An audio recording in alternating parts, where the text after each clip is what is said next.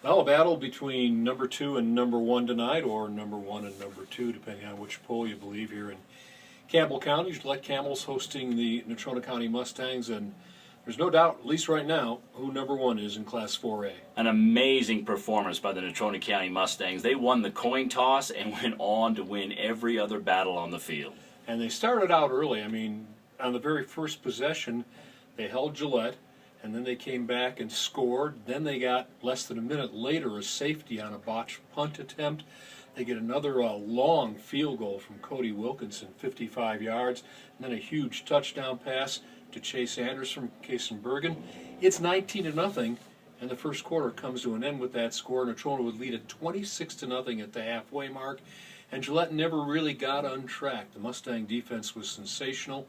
Offense moved the ball well, too. Yeah, penalties, the only thing that really hurt both teams outside of a couple turnovers for the Gillette Camels early on, which we really think helped swing that pendulum in favor of the Mustangs because they capitalized early. And that field goal of 55 yards from Wilkinson was impressive. Yeah, it was. He had a little wind by his back, but probably would have been good from 65 yards. He does have a leg.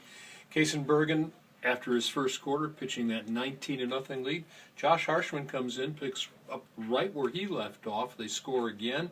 You know, both quarterbacks continue to star for this team. Just alternating quarters is working right now for Steve Harshman. We'll see if it continues the rest of the season. We should say, on another note, these two teams are likely to meet each other again. And you got to know Vic Wilkerson, his staff, the Camels have a lot of pride, and they'll work on things that went wrong for them tonight, and they'll be a better football team down the stretch. Yeah, I definitely think the Camels got behind the 8-ball early on and then made some mistakes, and they kind of got down on themselves. You could see it. It was very evident in the second half from our vantage point, the heads hanging, the shoulders hanging, and that allowed the point spread to continue to expand. It was 33-0 at one point before the Gillette Camels actually got on the board. But I was really impressed with both quarterbacks for the Mustangs, both Bergen and Harshman when they came in. Two different dynamics on the offense, and it was tough for the Camels to stop. Well, we'll see what unfolds the rest of the season. We're halfway through the regular season. Mustangs are 4-0 now. They're number 1 in the state. There's no doubt about that after a 47-7 win Friday night in Gillette.